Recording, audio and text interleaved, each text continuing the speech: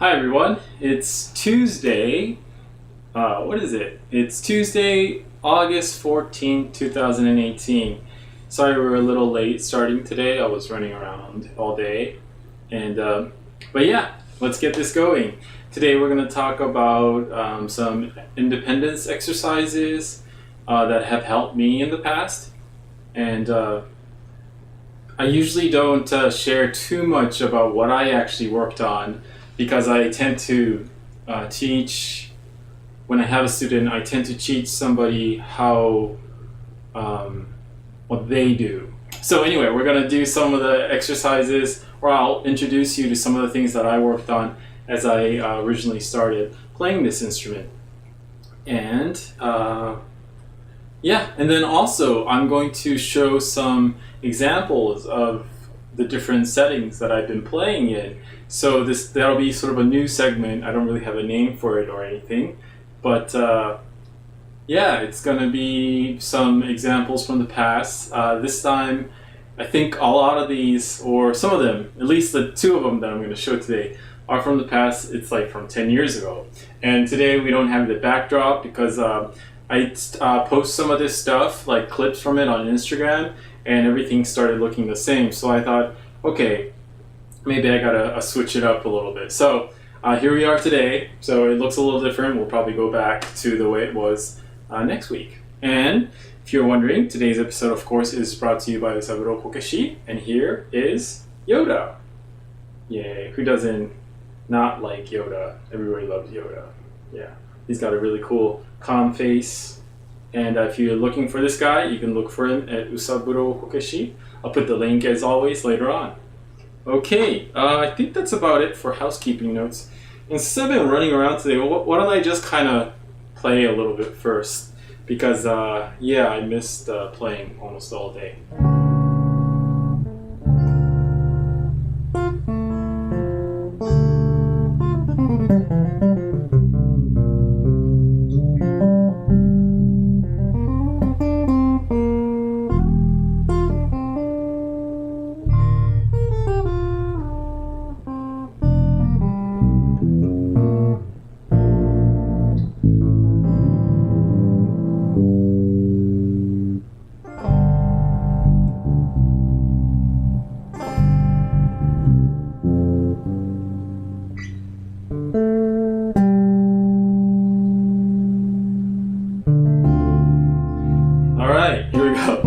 Just gonna play a little bit so I can get everything warmed up here.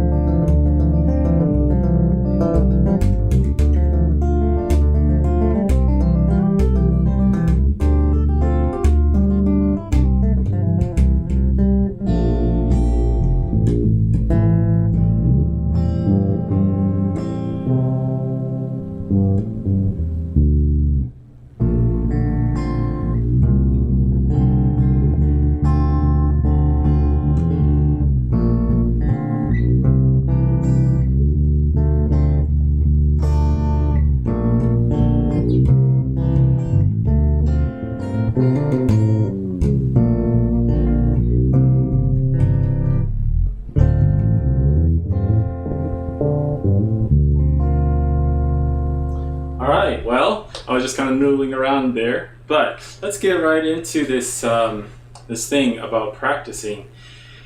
Okay, so a lot of the times a question that I get is about independence. And I think that kind of means something different for a lot of people. And so I'm just going to try to go off of what it means, or just trying to go off of explaining how I started to teach myself to hear and play two parts. Now, if you're just listening to music, or if you're listening to somebody play, listening to somebody playing two parts is actually really not that difficult, I guess. Like you just take it all in as music. However, from my experience, if you're actually playing, or you're trying to learn how to play the two parts, it often gets a lot more difficult than just like listening to it. Like when you're so involved in playing two parts, you really have to learn how to listen to both the things you're playing before you can really start presenting it and executing it in a manner that is more musical. Now, to some that might be news, and to some people that might not be, but just thought I'd point that out, because a big part of what I do is not just the physical part, but a lot of it is also the mental aspect of it, like really tuning in to what you're playing as an audience at the same time you're doing it. So anyway, I did a little bit of this last week, but I like to point out an exercise I did quite a bit, which was, and we have a question from Steve Adelson. Now, how can I not try to answer that one? Question: why so many strings? Tuning, name of instrument, how do you fly with this instrument? Love the strumming and tone, fat bass. Well, thank you, Steve. Okay, well, before I go into the exercise, let me go ahead and answer this question. Why so many strings?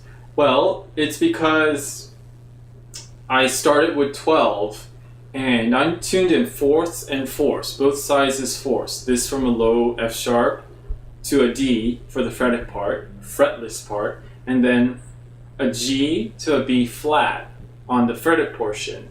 My left hand, or the higher side, is a C sharp to a D, which I believe is pretty standard for a stick tuning as well. In a way, what that ultimately gives me, I think it's pretty close, because of the fourths over here, I think it's pretty close to the range of a Chapman stick, or at least a grand stick in terms of the range. I'm in fourths, so I need a little more strings for that. It just kind of ended up that way in terms of the tuning, meaning like the range ended up being about the same. So I use this bass portion when I first started playing. I started doing it as more like trying to play two parts just in one hand. So I have always thought of this, or trying to divide my right hand into two things.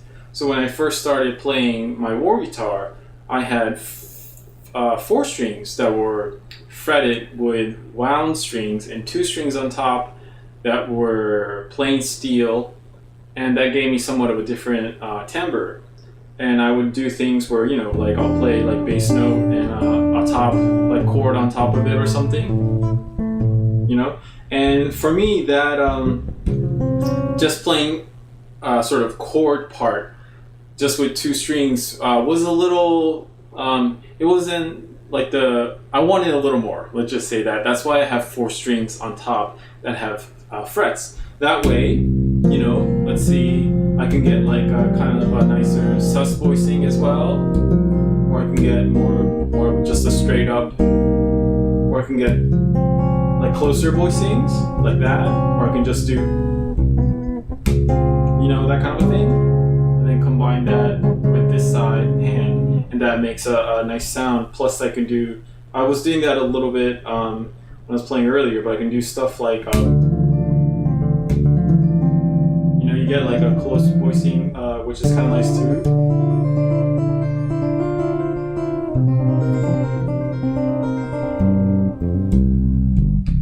Yeah, and also I like the fact that I have quite a bit of range in one position when there's so many strings, especially on the bass side. I can go, right? Like I have like 3 octaves, like 1 or 2 octaves, however that's actually thought of, in this short space, which is great because I do a lot of the plucking on my right hand too. And this really helps quite a bit actually in terms of getting a nice range from a short space. Not that I'm uncomfortable moving around, but it just happens that way. And also because of the tuning, a lot of the shapes end up being kind of a mirror image. And so it actually kind of makes sense because if you think about it, the lowest string's in the middle, the strings go this way, but if I do this, then it's basically like a lefty bass, if you will. So I play this way, of course, and by the way, I do sometimes practice this way. It's just for fun. And anyway, so that's kind of why that many strings. Name of instrument is Kubo. This is the aircraft carrier. They found Michael and Daniel fondly, I think that's the correct term, fondly, they were calling it the aircraft carrier when they were making it because it's such a huge instrument. And aircraft carrier in Japanese is Kubo, so the instrument name is Kubo.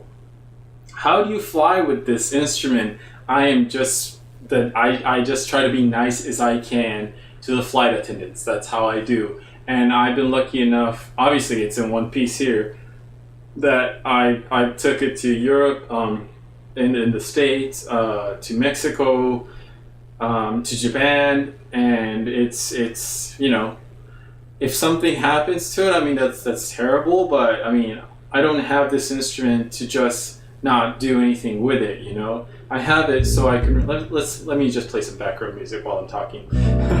I have this instrument because I want to travel and meet people around the world and hopefully like play some music and really connect and have like a good audience, good experience with everybody.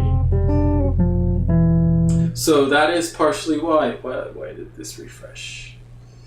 Yeah, so that's, I'm just extra nice to the flight attendants and also the check-in staff and then whoever meet at the airport. Because, I mean, in all honesty, there's really no reason to be, like a dick to somebody you just met unless they really deserve it, which most of the times I don't think they do. So that's how I fly with this instrument. Thank you for the question. All right, so let me go into some of this, some of the actual exercises that I used to do. So today we're going to do this with a metronome. I don't know if you're a fan of the metronome or not, but for shits and giggles, today we're doing it with a metronome. I'm doing an exercise, hopefully that is not too difficult. If you want something even easier, I can do that. However, like I keep saying, it's very hard for me to just give you a general thing.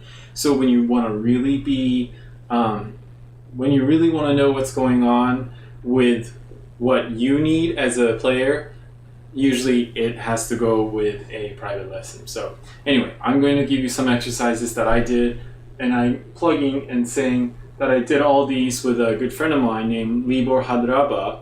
And so I have to really say my thanks and acknowledge him as well. And oh yeah, Static and Corinne, hello, yay. And play a Collide song. I'm sorry, I think I have to have the whole Collide band to actually play a Collide song. So that one we are not going to be able to do today. Okay, so let's see. We got the metronome. Hopefully this is not too loud for you guys. But let's see, here we go. But hopefully you can hear this one. Let's put this a little faster actually. So this is something similar that I did last week, which was playing in 7. So usually when I play with a metronome, as you can hear, I just keep it straight usually, meaning like I just want the duty of subdividing up to me. So it's right here, right?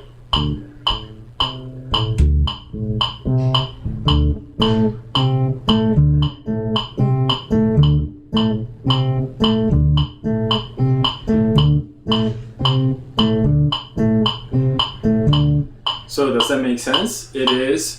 And that's actually a little slow, actually, especially when you do like 7/8 kind of an exercise. So let me just actually make that even faster. So what's happening there is because it's in 7/8, which is an eighth note less than a 4/4, the metronome is keeping straight while the everything else. So it's like you're not technically with the metronome except every other bar. You're going to be either on the downbeat or the upbeat. And what that does is it helps. Euphoria, yes, static current. Yes, actually, yeah, you're gonna spoil the whole thing. Well, not really, but maybe one day I will play Euphoria. Solo Euphoria will be really difficult though, so that's too much for me. I need everybody else. We have to get the band back together for me to do that. Sounds funny. Anyway, so here we go. So usually it's 1, 2, 3, 4, 1, 2, 3, 4, 1, 2, 3, 4, right? So that's how it goes usually. But if you're counting in eighth notes, let's say 1, 2, 3, 4, 5, 6, 7, 8, 1, 2, 3, 4, 5, 6, 7, 8, 1, 2, 3, 4, 5, 6, 7, 8, right? So, but if you're doing 7/8, let's say 1, 2, 3, 4, 5, 6, 7, 1, 2, 3, 4, 5, 6, 7, 1, 2, 3, 4, 5, 6, 7, 1, 2, 3, 4, 5, 6, 7. So that's essentially what's happening. And then that's that. Like I said, this is partially like Jimbo. Thank you very much, sir. So we have 1, 2, 3, 4, 5, 6, 1, 2, 5, 6, 7, 1, 2, 3, 4, 5, 6, 7, 1, 2, 3, 4, 5, 6, 7, 1, 2, 3, 4. 1, 2, 3, 4, 5, 6, 7, 1, 2, 3, 4, 5, 6, 7, 1.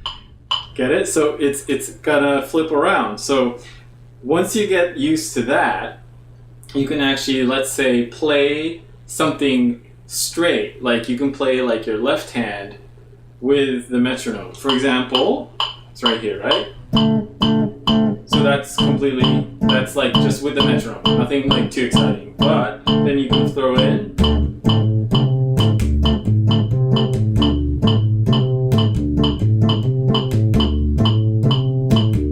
I'm rushing, so that's terrible, but alright, let me just there we go, okay. Such a busy day running around, so I feel like I'm still running around, which reflects in my terrible rushing, but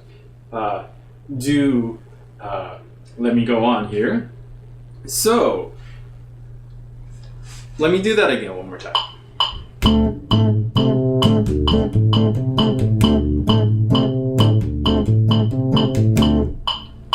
Right? So for some of you, that's probably very easy, and besides the rushing part, it's pretty easy. I have that shirt. Yes, Static, you do. So but if you're new to this type of exercise, that is actually pretty hard to do. So I really encourage, if you are somebody who's beginning to do something on this type of instrument, to really try something like that, because it'll give you like a good foundation of almost in a way forcing yourself to be aware of the two things that are happening, and it gives you a lot more responsibility. And you know, for some people, you could probably learn this without even doing it in odd time or whatever it is. Like it could be in 4/4/3/4, you know. But for me, I use that as an example, or playing in 7/8 as an example, because doing that was pretty much the first time that really taught me that I had to have the responsibility in keeping the sound silly. Not silly, this sounds basic, but I really had the responsibility of keeping good time and awareness of what I was playing. And whatever style that helps you to find that, you know, do that. But sometimes it could be something you never thought of. That's why I bring up this 7/8, a simple exercise, because something like that was something that really helped me at the beginning. Like at the beginning, just even keeping us straight against like a 7/8 pattern was super difficult for me. Like I just couldn't, it was a new concept for me, and the way it felt was all different, and Yeah, it was just difficult, and but it that really helped me develop into the player I am today, which hopefully is somewhat of a good player. But and also Jason Martin Serrano, killer, thank you, sir. So and then let me just bring up some other ways. So that was super basic. I know I kind of rushed through the thing quite literally, but yeah, I will move on now, and hopefully I will bring back some other more basic things soon in the near future. But for now, let me move on.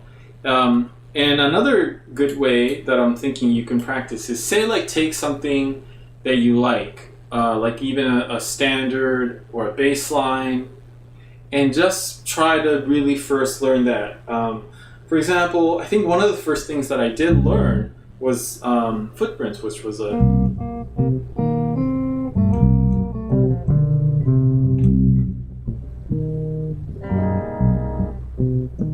right, like, sorry, my right hand's cutting out, but right, so I'm kind of playing it kind of super sloppy right now, but so even like taking something like that, like you take that bass line and practice something over that. It could be just like keeping straight, for example, again. So this one's in 6, right? So, and then, but I'm gonna have the metronome straight. It's in 6 or 3, whichever you want to think about it, but I believe it is written in 6. Yes. Anyway, so I'm going to put the metronome on 2, which means it's going to be flipped around again. So it's going to be 1, 2, 1, 2, 3, 4, 5, 6, 1, 2, 3, 4, 5, 6, 1, 2, 3, 4, 5, 6, 1, 2, 3, 4, 5, 6. So what that does is, again, it forces you to have a lot more responsibility in terms of your timekeeping, and also your subdividing, and also your awareness. And let me cut this for a second. Putting that on, it's not for you to. It's for you to keep yourself in check. It's not so you're just completely saying, like, it's not for masking your responsibility. The way that I like to use a metronome is to almost enhance your responsibility. That's why I like to usually put a metronome on the offbeats or somewhere strange, or if it's an eighth note grouping tune, I usually put it on the quarter, because that way, like I show with the 7/8 example, one bar it's going to be seeming like the downbeat. At least the metronome's going to be on the down, or you are, and then the next one you're going to be on the up. And if it's like a 16 cycle, then it's going to take like four bars for it to come around. So that's what I mean when I say it's not for you to like mask your time or mask your responsibility. This will help you, from my experience, to point out your weak points in terms of how you yourself keep time and your responsibility. And like today, when you're running around all day, like this guy right here, sometimes you are gonna do quite terrible against the metronomes. And that's another good thing to note. Note to self when running around all day, whether it's gonna be a live stream or a live show, just take a deep breath and just relax. So anyway.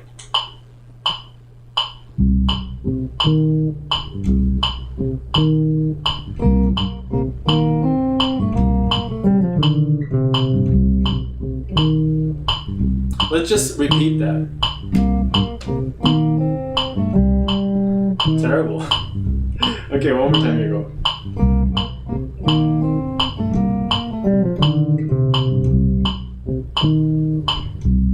One more time.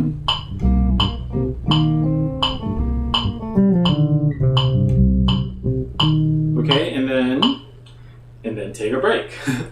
Okay, so that is something like you heard that is very it's maybe somewhat of a basic thing to do, and it's not probably the most difficult hand coordination. I mean, even for me, when I first learned how to do something like that, was actually pretty hard. But you can maybe do it in like a day or two. It's doable.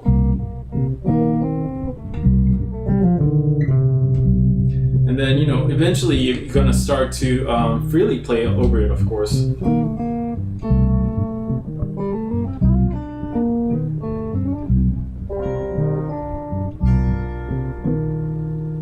But that's how you start developing awareness and not just the physicality part of it. And that's why I like to use like a specific music example, because especially like if it's a tune that you already know, then it's gonna greatly help you in terms of being excited or being prepared for it, or it's gonna be easier for you to learn to identify the two parts. And sometimes you want to just like jump in right away and do something difficult. Like, I used to do this one.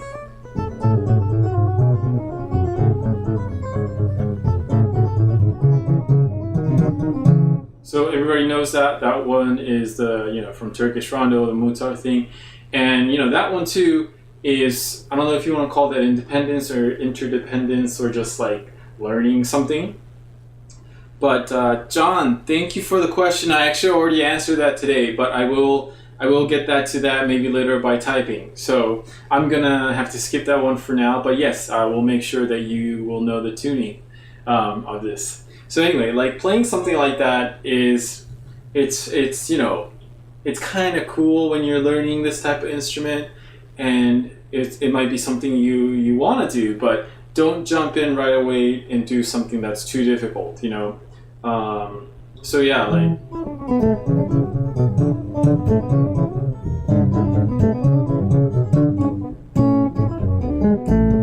That kind of thing.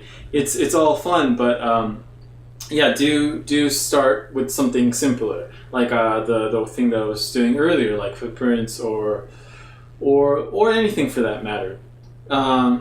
Yeah. So anyway, or like I was saying, just take like the bass line of it, or just take the bass line of it and have fun with the bass line and try to use that fully to learn different things over it. Let's say, for example,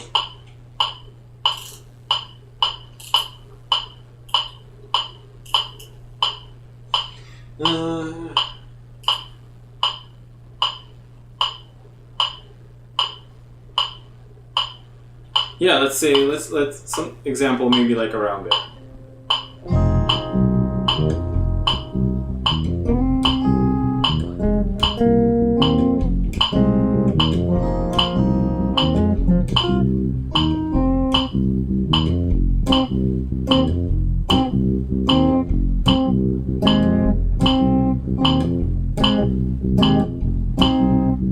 Do you ever experiment with open strings and large chords? Let's see. So even something like that, like right now the metronome was on 2 and 4, and it's just even switching up something like this. So right now the left hand is very short, right? Like staccato.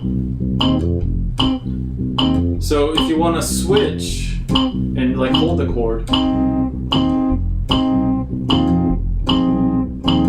so that's a different sensation. So that makes you, that is kind of a different exercise. And I say it's a different sensation because a lot of the things, when you start doing or learning how to do these like independence things, I don't know, I feel like a different part of your brain opens up, and it's like this weird sensation that you're going, wow, I didn't know that I could do this, or I couldn't understand this before. And that's why I say I use the word sensation. You can say senses or whatever. It's just like something I just naturally say. So anyway, yeah, and then let's say like I was doing earlier, like, so if it's short, that feeling of playing like a short staccato note versus holding down a chord, that's actually very different in terms of how you feel it in your brain. especially if you're moving around. So just because you can play like a short chord doesn't mean you can comfortably actually hit the you can't hit the you can't hold the chord and comfortably know what's going on. That happens as well. And let's see. So John, let me go back to your question a little bit. Do you experiment with open strings and large chords? Open strings, not really, because I can use the open strings, but they are designed to not ring out as much. But as you can hear, they do ring. So I do mute them. If you're talking about larger chords, what I do is, for example, if I were to play, I could play like a larger chord. Let's see. Yeah, like so we have just like a F minor sus kind of thing happening, right?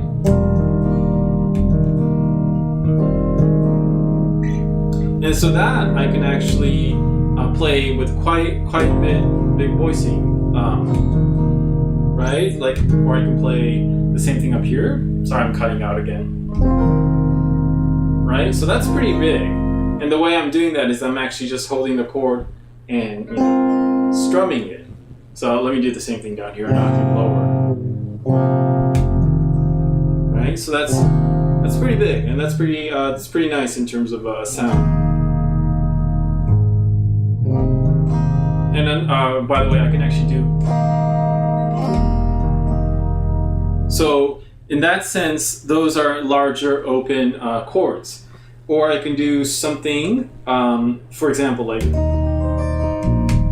so what that's happening, right? So I have kind of a close voicing, harmony on top, bass line, and I can have like a really lower note as well. And that actually has a pretty nice sound. Yeah, or I can do stuff like, say, for example, I could take like an A, right? And then what you got there is basically like an A7 with a flat 9 and a flat 13. And that's actually a pretty nice sound as well. So we just got a basic three note shape over here, right? Or I can actually do like a big fourth voicing on my left hand with the C sharp in the bass and do something like a bigger strum, like, right? Or I can put the G in the bass, which this one will be a lot spicier and a lot nicer, I think. So we got, and then you always throw in the bass note as well.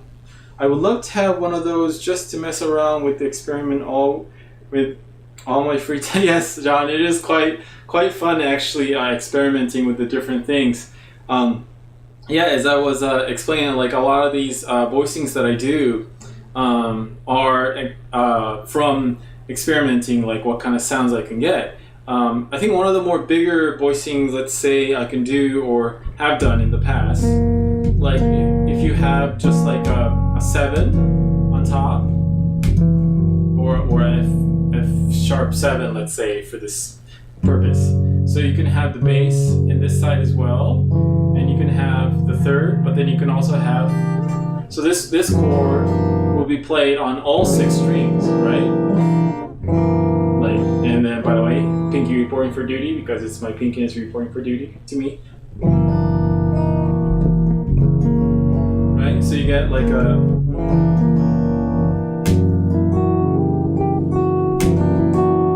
nice thing happening right there as well. You can always switch this up and you get your flat 9s and your flat 13s in just one hand. So that's just a regular 7th chord, but you can do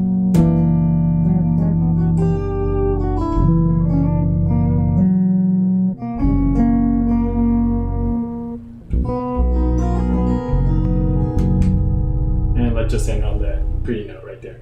Anyway, so yeah, this is a lot of fun stuff to do.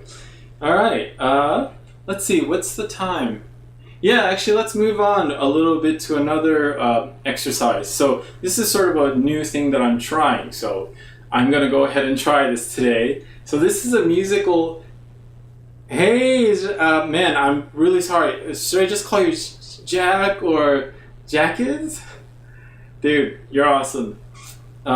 So I'm gonna show a music example, and this one, by the way, it's pretty hard. It's in 17, and it's one of the most exciting musical adventures I've been on pretty much my whole career, I think. Let me just play it. Hopefully the tune is not going to be too loud, and then you'll see like the music written. And the funny thing is I can't listen to it for some reason when I'm playing back the music. This is something I still probably have to work out, but we will work on that for a later day. But I just didn't want to give like some random exercises because I think it's better if you do something that's musically already interesting, and sometimes you just do stuff for the heck of it, but that's all right. Like I said, one of the big influences on my life is my friend Libor, and him and I think it's safe to say like him and I really worked on stuff together. But I gotta say, like, he really pointed me in the right direction in terms of starting to subdivide and really learn what it means to play like polyrhythms, or think in different signatures, or identify something for what it is. Because when I first started doing odd time, it was all these eighth notes that I played, and I was like, oh, I'm good at odd time. But he's like, you know what? Those are really just eighth notes. You gotta like phrase within them. You gotta make all these different things within them. 16 notes, the same thing. And I went, wow, you're right. And I think he still was. Anyway, so this is an example by the Hans Ensemble, which I had the great honor of recording for a few years back. So I'm just going to go ahead and play the example. So hopefully this will be interesting for you, and hopefully this will work. Okay, I think that finished playing. Like I said, I'm sorry, this is kind of difficult for me because I can't actually listen to it. So you'll see on my left-hand side, this is the melody part. And on my right-hand side, this is the bass part. Now I'm going to break this down for you, so hopefully this will be interesting. So that thing that you just listened to was in 17/16, and trust me, that wasn't the most difficult part. The most difficult, or the most cheeky, fun, interesting part happens a lot later, but that stuff gets really, really complicated. So I just want to show you something that is fairly, I wouldn't say easy, but well, maybe it seems easy, or at least hopefully it's going to seem digestible today. All right, so let's see. Get rid of those. And so that is the opening part. Let's see. John, thank you for the question. Let me get to that a little later. I'm going to talk about the examples for a quick second because I think your question is great, and I will get to that. It's a great question. So it's in 17/16. It's a South Indian piece, I believe. And by no means, I gotta stress and say, I gotta emphasize and say, by no means am I Indian music expert. I am not that. However, when I keep mentioning my friend Libor, when we did all these subdividing and practicing, we just kind of made up to a degree, or took influence in just listening to Indian music or Shakti or something, and just said, okay, so that's how you subdivide stuff. So it's in 17, so we're going to divide that by going takadimi, takadimi, takadimi, tadikinato. So takadimi is 4, right? Takadimi, right? And tadikinato is 5. Tadikinato.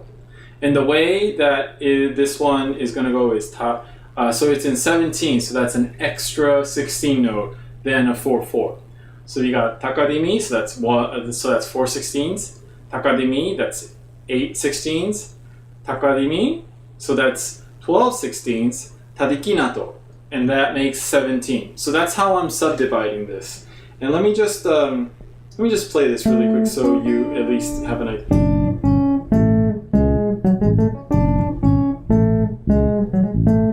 So if I'm actually gonna show you where the subdivisions are, it's takadimi, takadimi, takadimi, tatikinato, takadimi, takadimi, takadimi, tatikinato, ta. So I know it's kind of confusing all of a sudden, and like I say, I am not a super expert about indie music, so don't quote me on all the subdivisions or anything. It's just something that helped me to really get my independence or my head to work a lot better with subdividing or understanding music. So again, takadimi, takadimi, takadimi, tatikinato, takadimi, takadimi, takadimi, tatikinato, takadimi, takadimi, tatikinato, takadimi, takadimi, takadimi, tatikinato, ta. So as you can see on my my left-hand side, yeah. So that's the melody. So if you look at that, that's a dotted 8, dotted 8, quarter, dotted 8, and then 4 16s. So that actually is not, it's not terribly off, but that is definitely not grouped as most people would think about a 17 thing. If you go, takadimi, takadimi, takadimi, tatikinato, takadimi, takadimi, takadimi, tatikinato, ta. It's a little confusing actually. So why am I saying this when I'm doing it? Because actually subdividing, like saying it and playing it at the same time, when you're not used to it, and sometimes even if you are used to it, it's actually not easy. And if it is easy, then you are probably a genius, or you just worked on it very hard already. But if you have never tried this, then all of a sudden doing this kind of thing could be difficult. And let's look at my right hand. So this is the bass hand. So we got a dotted 8, quarter, quarter, and a dotted quarter. So some of this, it's going to be the same, right? Takadimi, takadimi, takadimi, tatikinato, takadimi, takadimi, takadimi, tatikinato, takadimi. So we got some of these line up, right? Like these two line up. So these 4 line up, and you're like, oh, that's not too bad. That is definitely not too bad. And then, right? So ta-di-ki-na-to, ta-ta-di-ki-na-to, right? And then we get back on the 1. Takadimi, takadimi, takadimi, tatikinato, takadimi, takadimi, takadimi, tatikinato, ta. Alright, so actually that playing in 17 is actually maybe not the most difficult thing, but let's move on to the next part, shall we? Next part is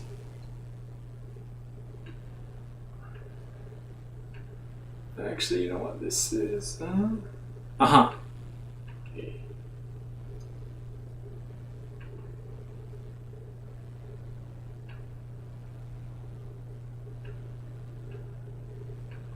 Okay, so this next part.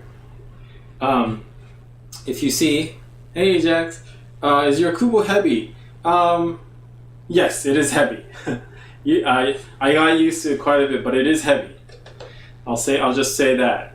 So if you look at this part, again, this is in 17/16 still. So let's see, if you just play the thing, you might think, okay, this is not maybe the most difficult thing. Let's start with my left hand side. Right? So we got sort of a 4 grouping in an 8th note, like 4 16s, 8th note, and then 5 16s. However, on your bass hand, you have basically dotted 8th notes. So it's basically in groupings of 3 for the most part.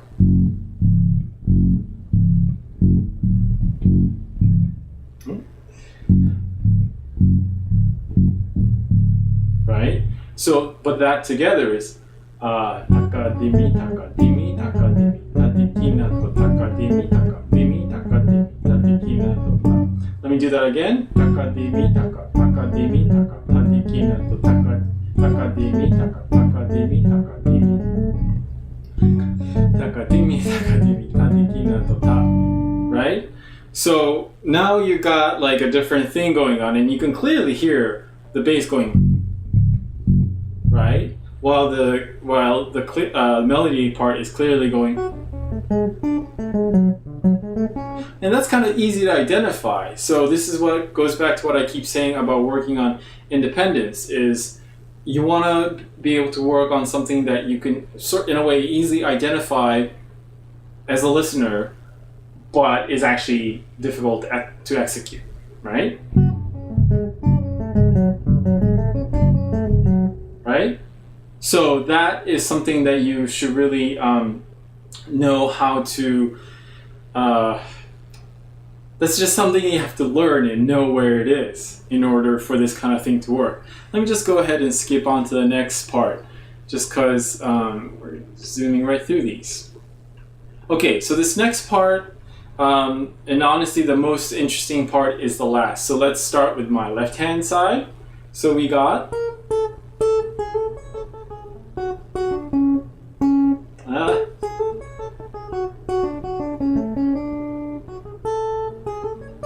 right, kind of catchy.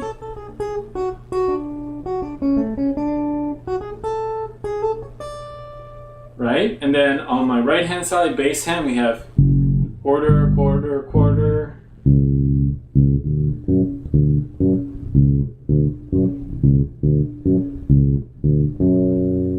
Right? So, and I'll just play that together so you get an idea.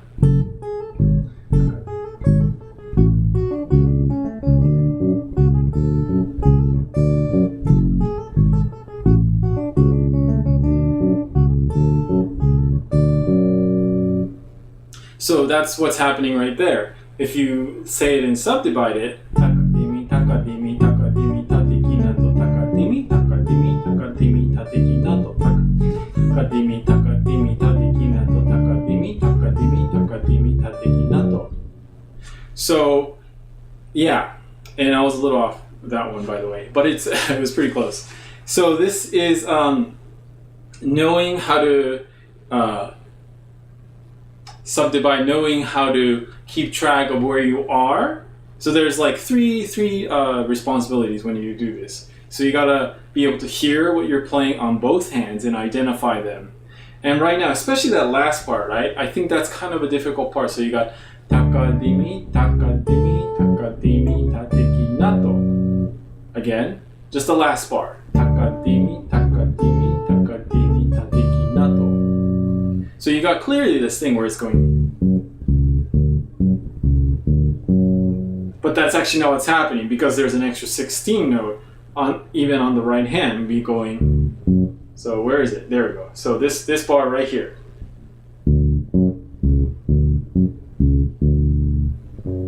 So you just think it's just this cute thing, but no, it's really not. It's takadimi, takadimi, takadimi, tateki nato. And then when you actually have to pay attention to this, you're like, oh, what's so difficult about that? Well, it could be difficult at times. So anyway, that's like a quick example of some of the more musical things that I've done. If you want to check out the full piece by Hans Ensemble, it was a lot of fun for me to actually record and do that one. I think that was the only recording session to date that I said no to a beer. I showed up and they said, hey, you want a beer? And I was like, yeah, no, I'm gonna wait until we finish. And yeah, that was because it was just, I don't think let's just say a lot of my friends and myself, we like our beer and our wine, and they even drink whiskey. I don't really drink whiskey, but you know, most people just really enjoy and play at the same time. However, I don't know, for doing this recording that particular piece, I was like, you know what, I'm just gonna have to like be really, really focused the whole time. So I'm really not gonna have a beer, and I just didn't want to.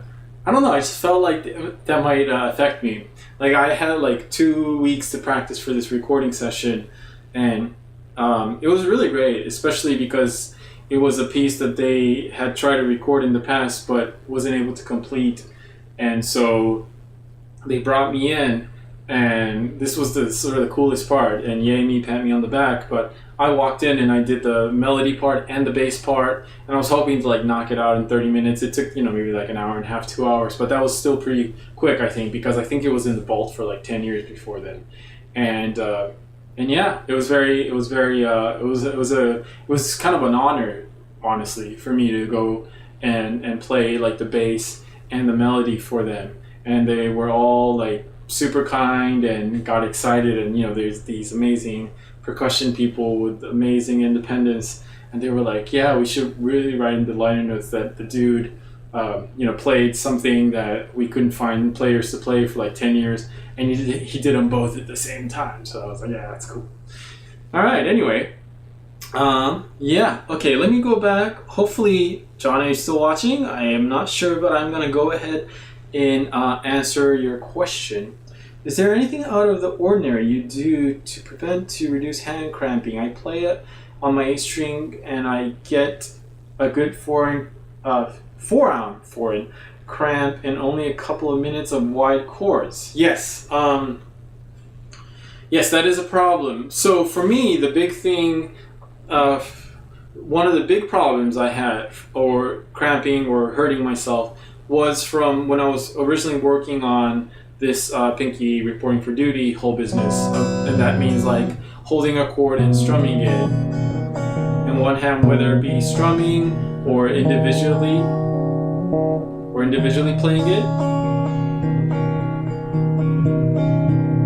So when I was working on that originally is when I really hurt my hand, and that really taught me a valuable lesson, and that was to just always learn to relax. Basically, you have to learn to relax in any situation. Obviously, to this day, if I play too much or if I'm stressed out too much, then I do hurt my hand a little bit. So I just try to be mindful of that, and yeah, I deal with it that way. So that being said, so really learn how you are relaxed. For example, when you look at it from the front, it's kind of hard to tell, but when you look at it from the side, I actually play like this. And a lot people notice this when they see me live. But I am not like this. That's one thing that actually the big reason why I play this way is because it really helps my muscles, my forearm, all of it to relax. So when I'm playing, I'm actually not really.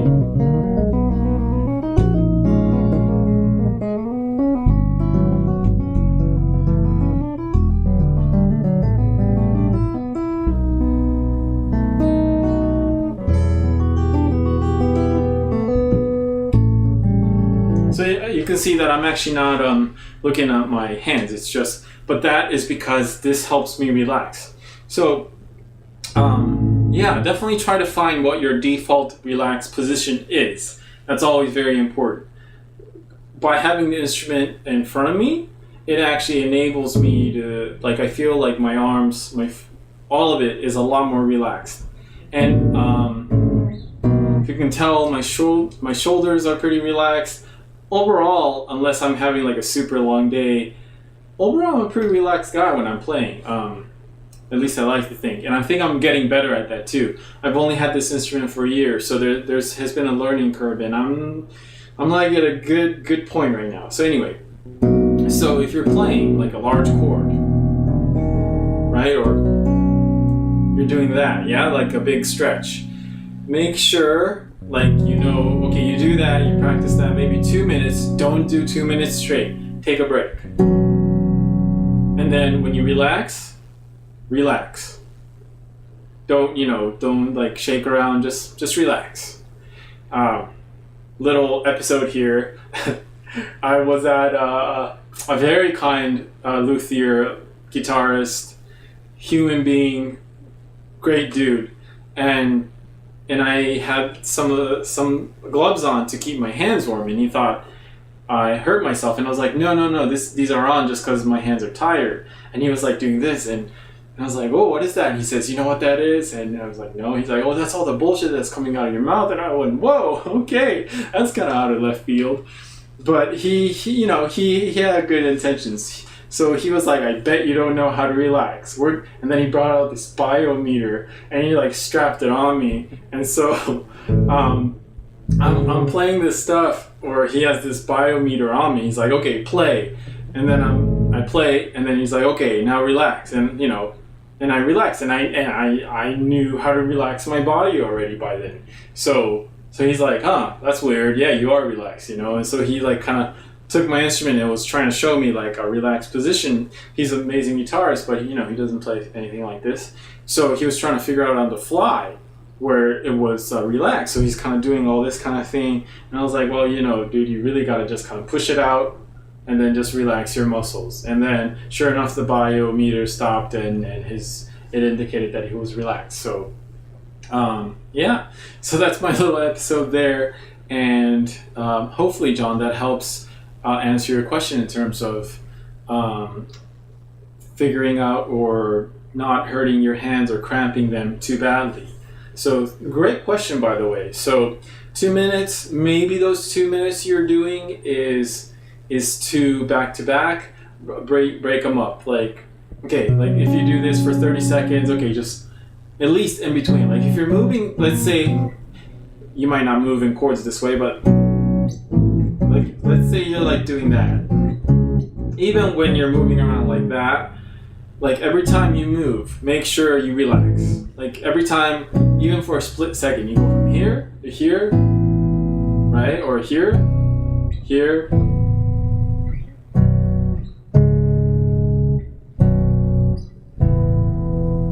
Always remember in between. So here, you're not relaxed. Here, you're relaxed. Here, again, your strength. And here, try to relax.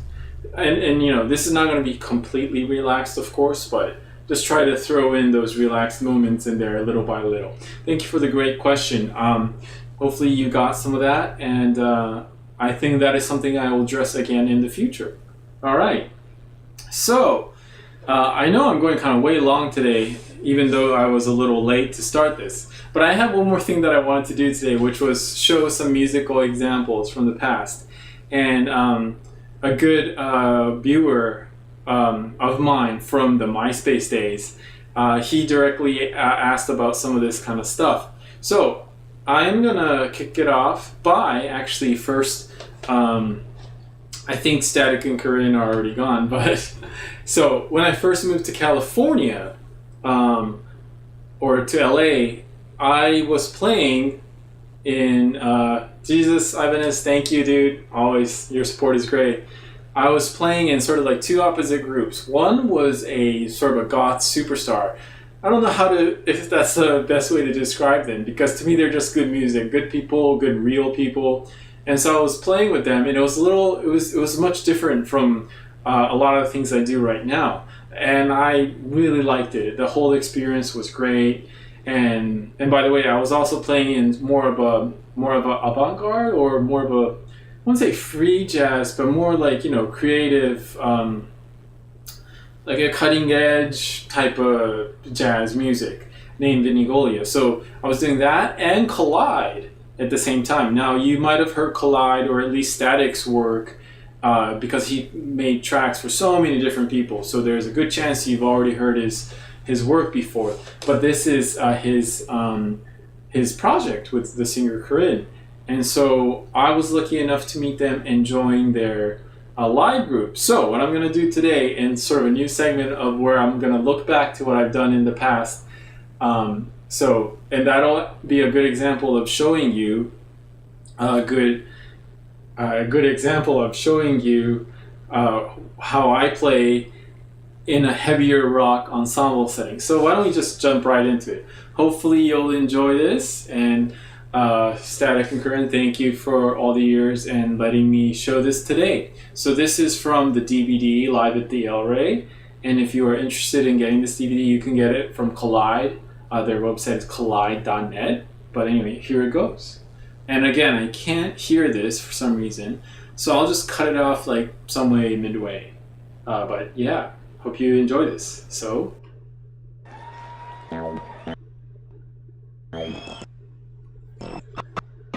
this is from 2006, something like that. I don't know. Anyway, this is Collide, and this is their DVD, and I'm on. I have shaved head, by the way. And I'm playing Wardy Talk with all frets.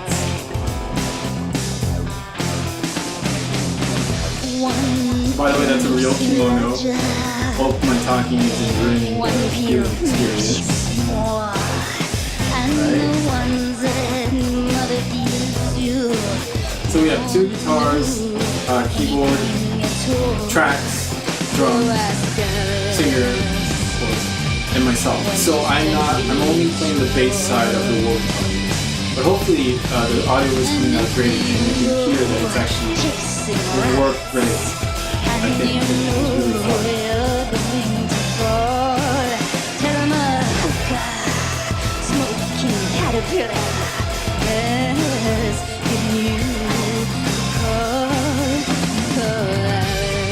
Now look at that. And I'm like, what am I, like mid-20s there?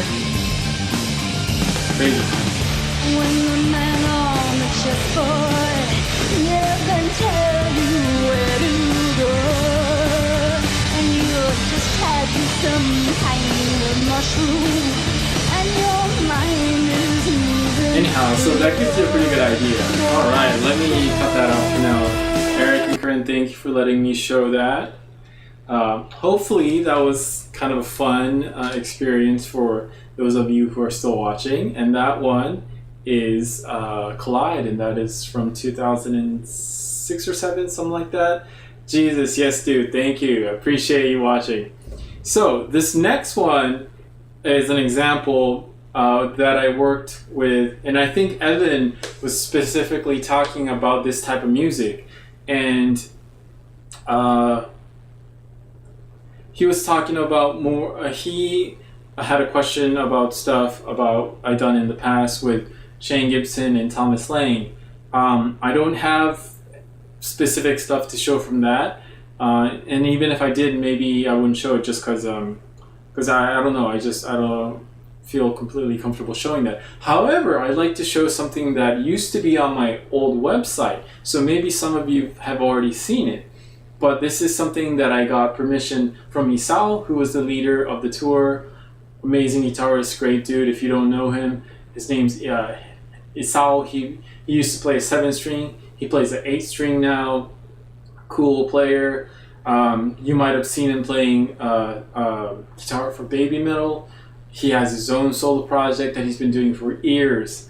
And this is from when I toured with that group in Japan, 2008, so that's like 10 years ago too. Isn't that crazy to think about? So hopefully you will enjoy this. This used to be on my website, and this is with permission that I got from Isao back then. So hopefully you enjoy this. This is just snippets from the show, like different snippets, so hopefully enjoy. And I think the last one I'm actually playing bass, but I'll just let that play anyway.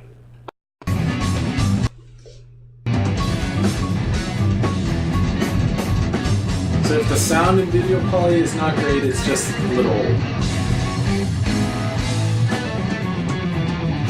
So that's Isao, amazing player, good guy.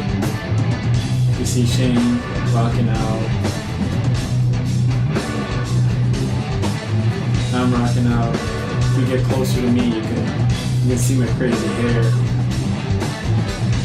There's like this interesting bleach thing.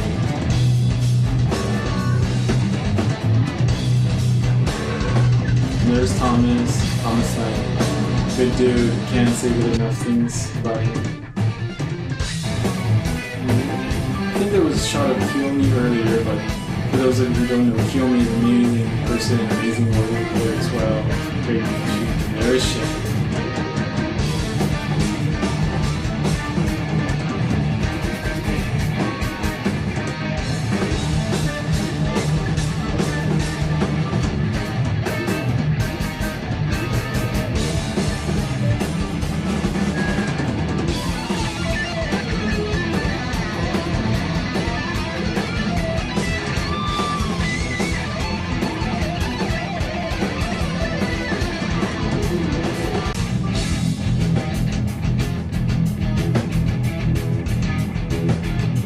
Yeah, good days, huh? I can't believe this is like 10 years ago.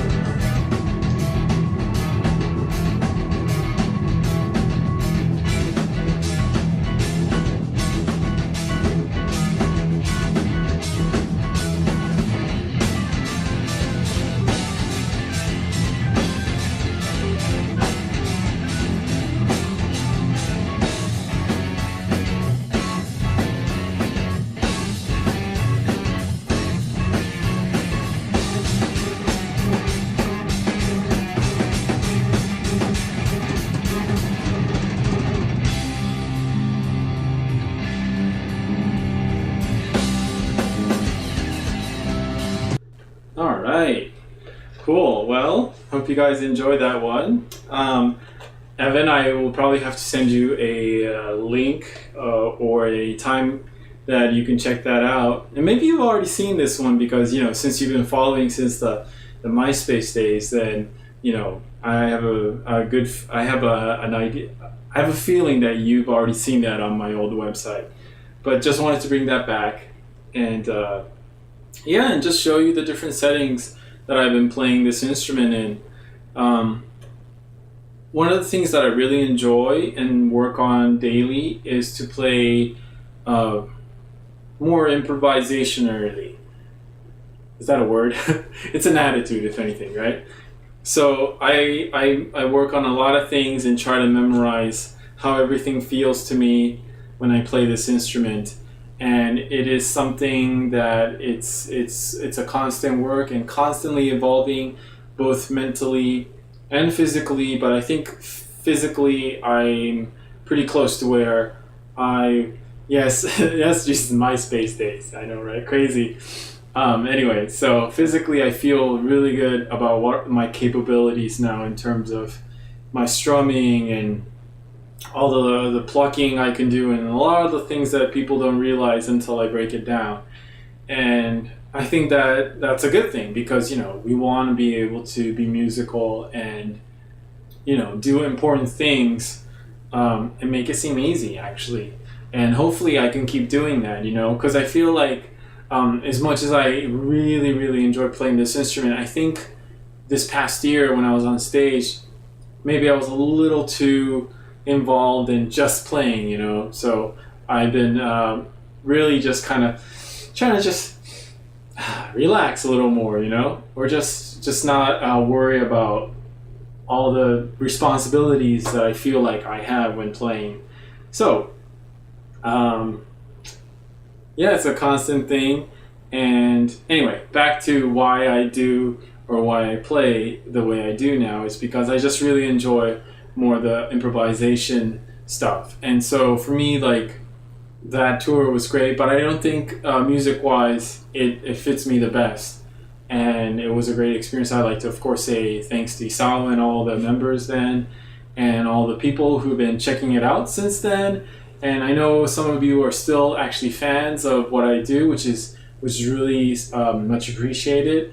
And I think what I do has changed over the years, especially if you've been watching me since the MySpace days. But hopefully you'll still keep enjoying what I do. And we got some new stuff coming out with Keg. We're working on some new things. So hopefully I can show you some of that stuff this within the year, because Keg lives in Japan, I live in the States, but we're good friends and we constantly work together as much as two people in different countries can. So anyway, kind of a longer episode today. Hopefully you enjoyed that. I'm sorry for the late start time and for maybe zooming through these a little quickly. So the next time I do like an example, I will plan on just doing it a little less and not try to cram in so much. I'm still getting used to how fast or how slow an hour goes by. So not much playing this week, but I will do a little more playing again, hopefully next week. And I will get around to doing that thing that I want to do with a drummer. So we'll see. I'm going to go work about that tomorrow with my good friend Chatoga. So anyway, as always, we have the MTD, Kubo, so lovely. We have the Labella strings, Hipshot Products, lovely stuff. Nordstrand pickups, Kirlin Cable. I am going through a new neighbor Immerse again today. We got the B2 preamp. Of course, don't forget your Yoda. Yay, Usaburo Kokeshi. And okay, well thanks guys, and I will bid you good night. Sorry if this was a little bit of a discombobulated episode, but we'll keep getting better, and I always appreciate you watching. Thanks a lot. Good night.